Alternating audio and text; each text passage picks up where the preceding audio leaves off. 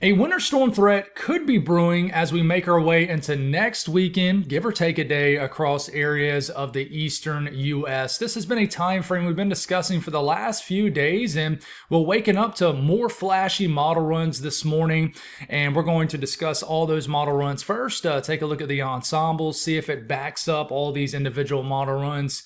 And then we'll geek out with you guys a little bit, discuss the pattern itself and all that stuff, and then we'll round the video off with today's weather. My name is Mitch. Good Saturday morning. I hope you guys are doing well out there and having a wonderful start to your new weekend. Subscribe if you haven't. Like the video if you like it. And as always, please put those prayer requests in the comments below. Let's get rocking and rolling this morning. So let's go over the latest Euro first. We'll start off with Thursday morning, and we'll start it off with the central U.S. and see if it shows anything out in the central portion of the country. So not a whole lot going on for Thursday morning. A little bit of snow in the northern sections of the country, a little bit of rain to the south, a little bit of this, a little bit of that.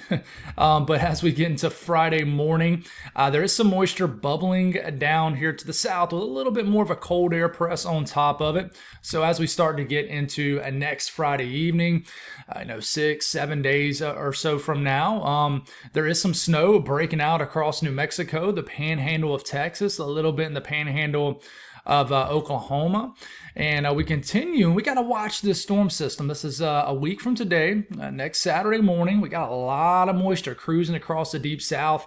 And, we've been kind of honking the horn at this on this channel, at least for several days now, about how next weekend can be active. We could have a bigger storm system. At one point, it was looking like, hey, we could have a severe weather threat. More so a winter weather threat. What is it going to be? Well, we're still trying to figure it all out. But that's definitely a storm system cruising kind of zonal west to east across the southern sections of the country. And then, we start to get to the end of next weekend, and then we're just going to stop it right there. So not a whole lot to show you. I do want to watch as we get into past the day 10 time frame, a little bit deeper, kind of fully into the second half of February. I think the weather's going to get pretty active across the western U.S., but we'll talk about that more as we get closer. I think there's going to be some things that happen before then. So we look at the eastern U.S. and kind of start off where we left off with the central, and this is actually Wednesday morning, the 11th, because there is a tricky system that kind of flies in. And it comes in, and there's a bit more of a cold air press over the northeast. I think it'll remain cold just like it has all winter across the northeast next week. And this is getting into next Wednesday evening. And there is some moisture sort of riding a boundary between warm and cold air. And that boundary is going to be sort of into this region here. And as we move, the moisture is kind of riding northwest to southeast. And that is because there is a trough and a boundary kind of set up between this region, sort of directing the flow of traffic in the atmosphere here. So as we move forward, we have another area of moisture next Thursday that kind of rides in. And this is the 12th, and we got a little winter weather showing up across areas of the Ohio Valley, the Midwest. And then the moisture tries to blossom here, and with the cold air just anchored in place over the upper Midwest, the Ohio Valley, the Northeast, and the Mid-Atlantic, this area of moisture kind of runs into some cold air, and we have, under a week from today, this is 5.5, 6 days from now, we have a snow event across southern VA, northern North Carolina, maybe a little bit in other states too, but we're still trying to work the details of this out.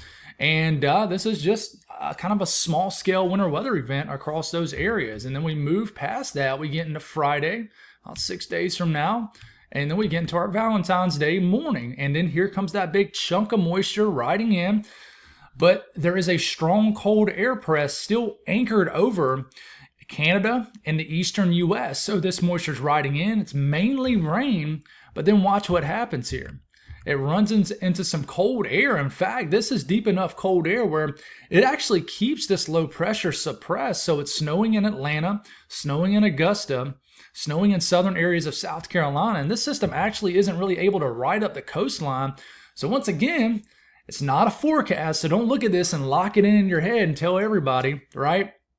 Once again, it shows a snowstorm for central areas of Georgia, the low country of South Carolina, up into the Midlands and the Myrtle Beach, but it never fully rides up the coastline, and then it heads on off. So that's a very interesting run. Of course, that immediately got my attention when I woke up this morning because I live here in central South Carolina. But that is a pretty wild run considering the fact that it is the Euro. I mean, that's the euro. That's not the crazy drunk uncle, the GFS, which is what I'm about to show you now to see if it backs up anything that the euro is showing. So we'll start off Thursday morning on the GFS. And the reason I'm not showing the central is because the GFS doesn't really show anything for the central US in this time frame of interest. So we'll skip ahead to the eastern. Not a lot going on, but you can see that cold air press is actually a little bit further to the west, but it's anchored over this area. And you can tell by looking at this 540 line and then how the blue lines get behind it. And then you start to get into the orange red lines to the south. Just think of this as warmer air aloft to the south, colder air aloft, and at the surface to the north. So you can see right along that 540 line how some of that green changes the blue to snow, rain to snow. So it kind of shows a scenario like the euro where you got moisture sort of riding in and then running into this cold air. And we had the scenario where it's snowing in areas of Virginia, all the way into northeast North Carolina. This is heavy snow too, heavy wet snow. This is getting in the next Friday morning, 13th. And then you see the cold air press kind of push everything down. And is that other system going to fly in just like it does on the euro? Here it comes, and it does. It's just suppressed to the south. So this is next Saturday afternoon, about a week from today, and we have moisture down here with a pretty strong cold air press now that we've trended to for next weekend, which has been pretty wild. But it does not connect the dots. It's actually such a strong cold air press that it suppresses the moisture to the south. So you got what the euro is showing right here. Let's back it up a little bit. This is for next Sunday morning, 8 days from now. And this is what the GFS is showing for 8 days from now. Okay, has moisture nearby with cold air somewhat in place, but it just does not get the job done. Now, what about the Canadian model run? Now, we will start off in the central US because it does show something. And this is for next Wednesday afternoon. A little bit of snow to the, I don't know what's up with that little glitch there, but we get into next Thursday, not a whole lot going on. And then we get into Friday, there's a big system that pops up next Friday evening. And there's not a lot of cold air involved, so it's mostly rain. But then it tries to run into some of that cold air that's in place across the eastern U.S. that we keep talking about, honking the horn at. We got some heavy wet snow breaking out across southern areas of Missouri, northern Arkansas. Folks, this is a tough pattern to figure out because we've kind of trended into something here. I think if we continue to show looks like this as we go throughout this weekend and we get into Monday and it's still showing up or even a stronger signal, then you're going to start to hear a lot more people talk about this. So, it does show some snow breaking out across areas of southern Illinois, southern Indiana, getting into Kentucky. And then we'll make our way into the eastern U.S. here and show you what it's kind of showing here. And first off, there's that first system that the GFS and the euro keep showing. So let's back it up a little bit. So this is next Thursday, the 12th. First round of moisture hits some cold air already in place, kind of entrenching into place here. And we get a quick hitting winter storm across the mid-Atlantic next Thursday night and Friday morning. And then it kind of fizzles apart, but I mean, it's still a pretty long duration event. And then we get into the weekend. This is Saturday morning. There's that system. You see it side of your screen right here. Here it comes. You can tell there's cold air in place. Where is it cold enough? But here it comes, and all of a sudden, next Saturday evening, we got heavy wet snow across Kentucky. And the way that this cold air is placed, this looks like it has cold air damming written all over it because the cold air source is in the northeast, which means we're going to funnel cold air at the surface, especially down into this moisture, this big bomb right here. I'm telling you, this is something that can uptrend very fast. That's how cold air damming setups happen, guys. So all of a sudden the Canadian, which I don't think it's off its rockers here, next Saturday night into Sunday morning has a heavy wet snowstorm breaking out across areas of northern South Carolina, northern South Carolina, North Carolina, northeast Tennessee. And I mean, it's a pretty big event right here. If this is the way it plays out, this is next Sunday morning, and then it kind of fizzles apart. The cold air source kind of leaves, and everything goes to rain. So, man, tricky setup here. Now, let's look at the Euro AI from overnight. Now, it has shown something consistently in this time frame for a while, and we have to look at a broader look here, and this is Saturday morning. So here it comes, shows a big beefed up system. There is some questions on if the AI guidance knows how to handle cold air damming well. And I don't know. I don't know. There's a lot of questions on this, but it does have a full-fledged cutting 996 low going across not just the mid-south, but even further to the west.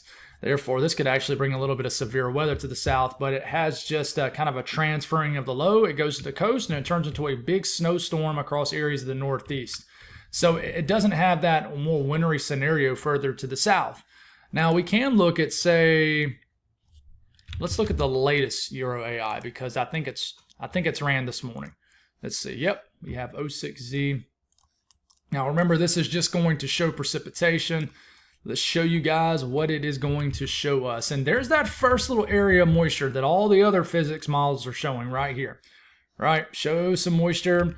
And then here comes our next system, if it's going to show up, and here it comes. It looks pretty beefed up, and it looks like it's going to follow the run from overnight and cut the low pressure right over the eastern U.S. We call this a cutter. Now, there is cold air in place. You can see how this 0 degrees Celsius line is right here aloft. So this is definitely some winter weather in certain areas, but for the most part, for the areas to the south, this is not that big of a winter weather event. So if you actually look at the snow, what is it going to show here? Yeah, it just pretty much shows the same scenario as the OOZ run. So is some of this craziness backed up by ensemble guidance? One of the best things to look at in the world, in my personal opinion, is the Euro Ensemble, the EPS. So let's start off in the central U.S. and with next, this coming, you can say, Thursday morning. And you're going to see a snow footprint go across the northern sections of the country. Okay, and then you're going to see another one right across the south here. Watch this. So there's kind of first snow footprint, second snow footprint. Remember, this is 51 members, throws them all together, creates a mean or average. And then we go about 10 days out, and then that footprint continues to increase. And look how the west is beginning to light up. I think winter's about, it's hard to say return because it seems like it's never kind of began out here, but it looks like it's about to really get going, turn up a notch out west, which I'm happy for you guys because out west has really had a lack of winter. But check out the eastern U.S. Same thing. Thursday morning we'll start off, the 12th. And then you can see, first off, here comes this first snow footprint. You're going to see something pop up right kind of through here. Okay? And that is because the cold air press is going just like that. So you're going to see something fill in right here, just like what the operational runs are showing. So watch it. See how something fills in right there? And you got an inch mean all the way down to northern areas of North Carolina. And then what about that other time frame later into next weekend? You can see some members hit at it as it kind of drops it across South Carolina and Georgia. And then we go all the way out about 10 days. And I mean, that's a solid mean all the way down to the mid-Atlantic and a decent mean that's kind of crept up on us across areas of the Carolinas, even northern Georgia, even into Tennessee. I'm telling you guys that there's something to watch in this time frame. And if you look at, say, it's only going to do 2 runs. Come on, man. If you look at the trend here, like this is kind of going from the run prior to the current run. You can see how it drops south a little bit. Not a little bit. I mean, that's a pretty obvious drop south. Okay, and then you look at the GFS ensemble. Same thing. We'll start off next Friday evening, and you can see the footprint up here to the north. And then, oh yeah, I forgot. We got to update it because it's still running. I don't know how much of it that we have because this is the current 06Z, but you can see how it begins to fill in more. And then we go about 10 days out and we'll stop it there, but it doesn't have anything crazy showing up for the south. Most of the signal is to the north. Now, if we do switch it and we look at the eastern U.S., let's back it up a little bit, kind of work our way into this time frame. And there's that first sort of push of moisture filling in a snowfall footprint across this region. And let's take it all the way about a week out into next weekend. And I mean, it's very splotchy, man. You don't normally see such a splotchy look on the GFS ensemble, but let's just go 10 days out. Let's just look at the entirety of it. And check this out. I mean, you got kind of a weird looking mean across areas of North Carolina, South Carolina. And I really think we just have some, if I was to break down the members, which I'm not, I don't really get that detailed with the ensemble here. It's an average for a reason. It's not meant to really super break down the members. It always blows my mind how people on like these Facebook pages like will post individual members. That's just ridiculous, very irresponsible. But it really shows kind of a splotchy signal here in the Carolinas, points north. I mean, once you get into Virginia, into the Northeast, it's more of a kind of a solid footprint, but very splotchy down here. And I think this is probably because we have some big dog members, and then we have some members that do some wild things, and then some members that don't do absolutely anything. There's probably some members in here, just like with the Euro ensemble, that show a severe weather threat. I wouldn't be surprised. So, and I'm just assuming that without looking at it, but I mean, that's a pretty solid look that's kind of crept up on us. So, and one thing that nobody can get a clear answer on this. I even had a buddy that does weather out of northern Georgia that actually asked a meteorologist in the National Weather Service in Atlanta what his thoughts were on the Euro AI ensemble, and he couldn't even give a clear answer on it. I'm sure somebody does, but the ensemble off the AI guidance, I mean, whether it's the GFS or the Euro, it's kind of weird. We don't know if it kind of combines ice, if it combines what exactly it combines, but it actually, on this, is not a great example of kind of a weird look on it. It actually is a crisp look, and it shows the cold air damming pretty well. And it shows a very sharp cutoff between a solid signal and a very, very light signal across Georgia and the Carolinas. But that is a 2-inch mean across Charlotte, and a several inch snowfall, or either ice mean, winter weather mean, across areas of northern and western North Carolina up into Virginia, even eastern Tennessee. So, I mean, we have really kind of snuck ourselves into a more favorable look here. Let's look at the, so this is the 4-run trend. It really hasn't bounced around a whole lot, and the reason it kind of disappears in West Virginia is because it's including the event that just happened over the last 12 hours or so. So you can see this has kind of sagged a little bit to the southeast over the last few runs. But yeah, so what's going on with this pattern? How have we worked our way into a somewhat more favorable look for winter weather across the eastern U.S.? Well, we started off Thursday morning. What you're looking at in the blue is lower heights, a trough, a cold air source, and in this blue areas, you have energy too associated with it. So you can have some snow, a little bit of this or that. So in the orange and the yellow and the red, this is a ridging of high pressure, normally brings above average temperature. So we'll start off with Thursday morning, and what happens here is this trough that kind of just continues to set up shop off the coast of the Northeast and just the eastern U.S. and Canada, kind of re-extends itself and almost shifts a little bit back to the west. And you can see how it noses over the eastern U.S., and we have more of a broad look here. And you can see how the ridge sort of opens up to the south. And this tells me that there's some sort of energy cruising to the south here that's going to try to run into this cold air source dropped in by the trough. So if we continue to roll here, we're going to stop it right here. This is next Saturday. It's kind of a hard look to sort of break down here, but what you got going on is you got this, that's not a good color. You got this trough over the west. Okay, we call this a negative PNA. This sort of messes up our energy to correctly kind of move into the eastern U.S., but we're not going to get too hung up on that. There's some energy kind of cruising down to here, and I'll show you a better look at that here in a second. But the cold air source is kind of coming down into here and going like that. So it's actually dropping down into here because this itself is the trough. So it's kind of just anchored.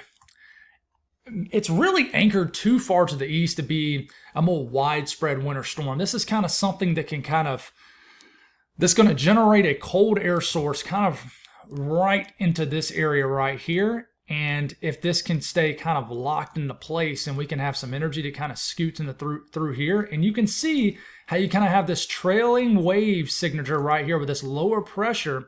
And this tells us if we can have some energy that kind of scoots into here, we could have a cold air source right into here that's kind of feeding cold air into maybe a storm system producing a lot of moisture. So cold air damming setups are always a little bit more difficult to explain here.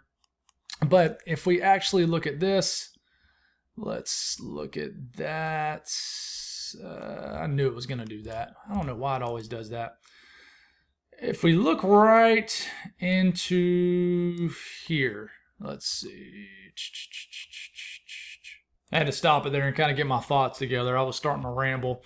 But on the operational Euro, you can kind of see what happens here. You got a cold high pressure that's kind of being pushed into place by this trough as cold air drops down, and that cold high pressure is right here. And then you can see a low pressure on the operational Euro, which this isn't exactly the way it's going to play out. I hope it is, because I'm a fan of snow.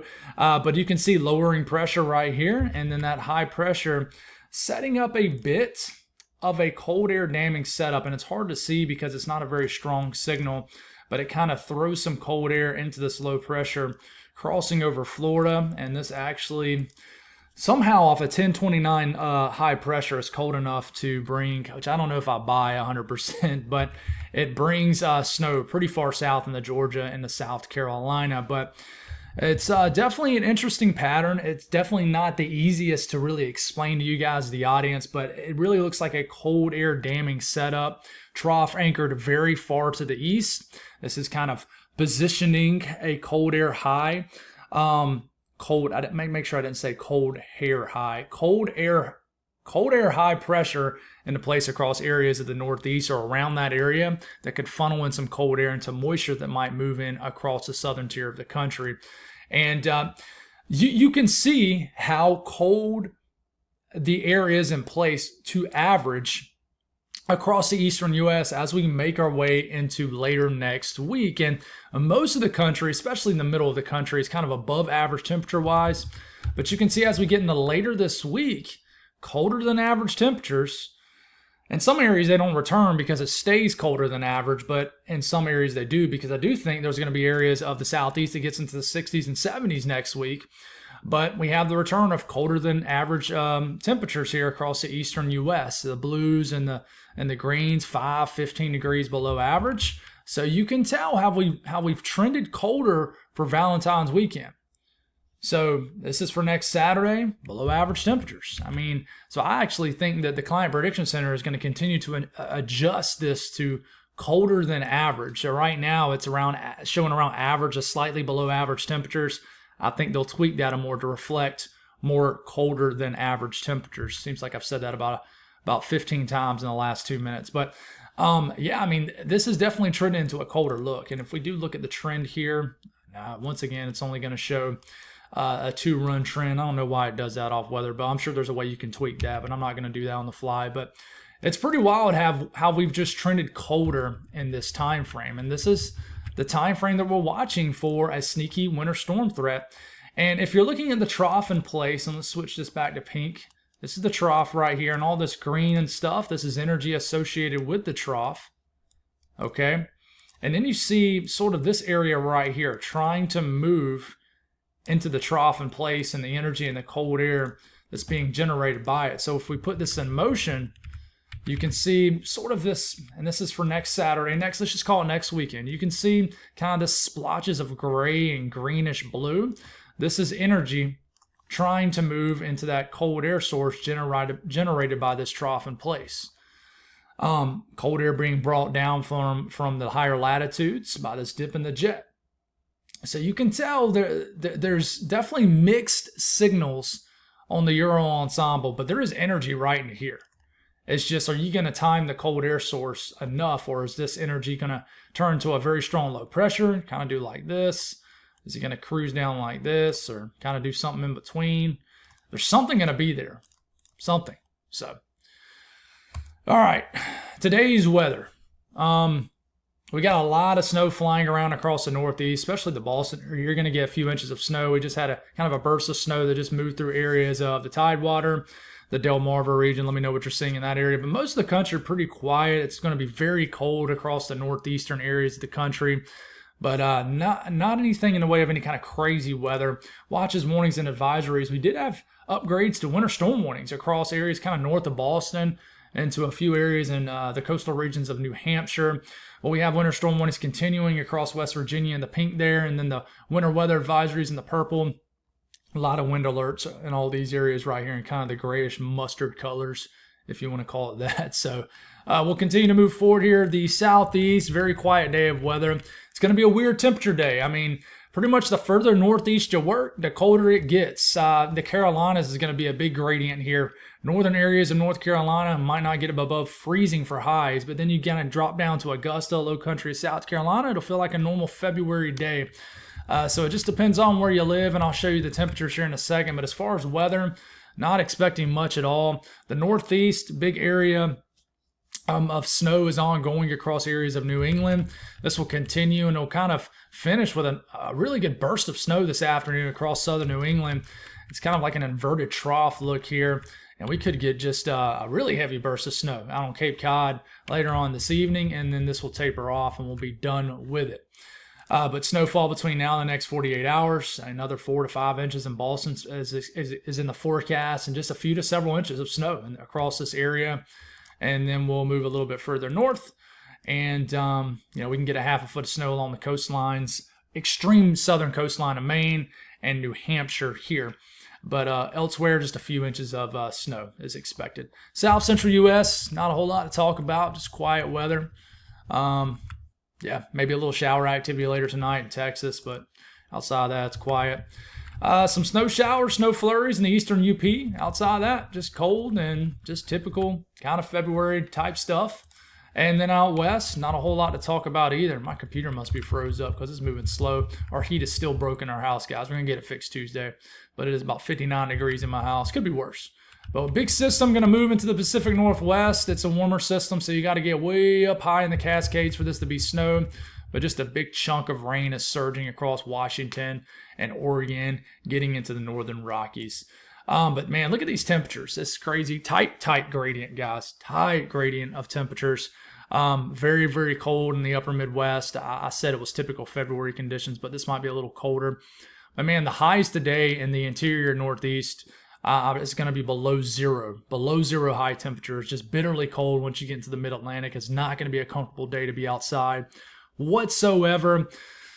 Man, I have an outside birthday party today for my little girl. Her birthday was earlier this week, and the birthday party's today, and we're here in Columbia, and I am very grateful, actually, even though I'm a big fan of cold air, cold weather, very grateful that this trough axis was not positioned a little bit further to the southwest, or it would have been just brutally cold today. It's definitely more of an outside birthday party, but the middle of the country is still warm, and out west above average. So our Bible verse this morning, I'm going to do a quick devotion, is Proverbs chapter 14, verse 29. It says, "A patient person shows great understanding, but a quick-tempered one promotes foolishness." So I think we all can agree that we all lack patience. I think some people lack it more than others, and I'm certainly that person that really, really lacks it.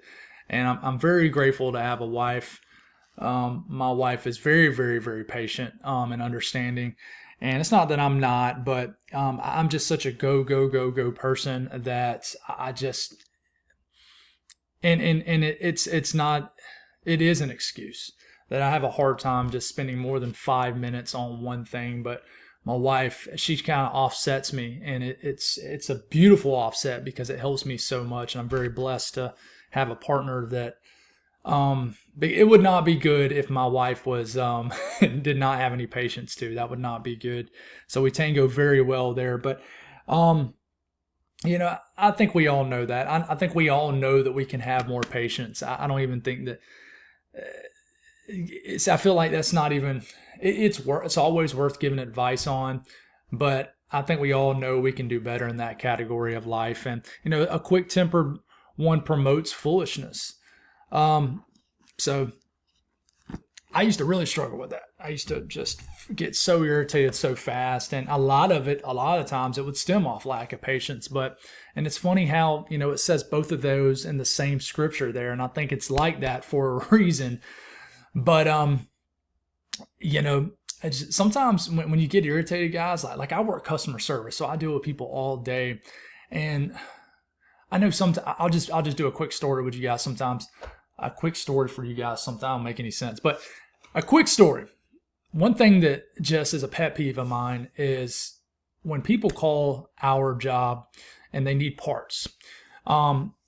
Before they get transferred over to me or somebody, there's kind of there's something that tells the person that's calling that, hey, please have your engine serial number ready if you need someone to look up parts.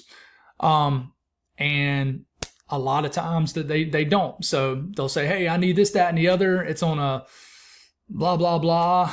And they expect me to look up, say, like a turbo off just lack of information, like that it's a Volvo or something. And I have to explain to them, like, hey, a Volvo doesn't make your turbo, Cummins does, and we need your engine serial number. And 9 times out of 10, there's not any fight back with that or anything like that.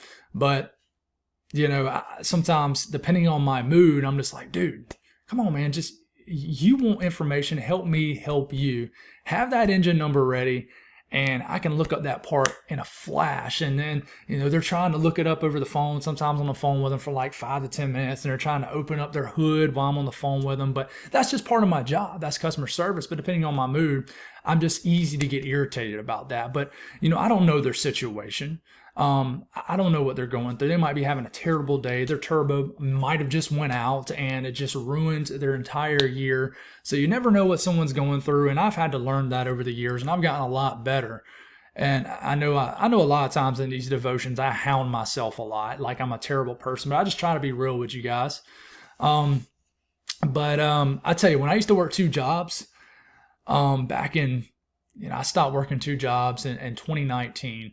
Summer of 2019, and I worked 2 jobs throughout my entire 20s, basically. Just went one job to the other. I worked like 12 to 15 hours a day, about 5 to 6 days a week.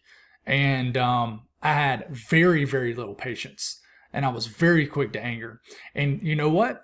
I gave myself a reason to be like that, because I could say, well, I'm working 2 jobs, I'm tired and I'm worn out, but I had absolutely no reason, none at all. So I guess that I'll finish it off with this. Do not give yourself a reason to be like that.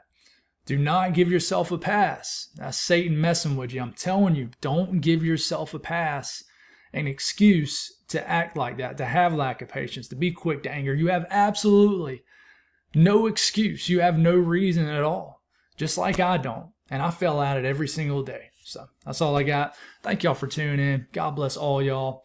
And we'll talk again tomorrow morning.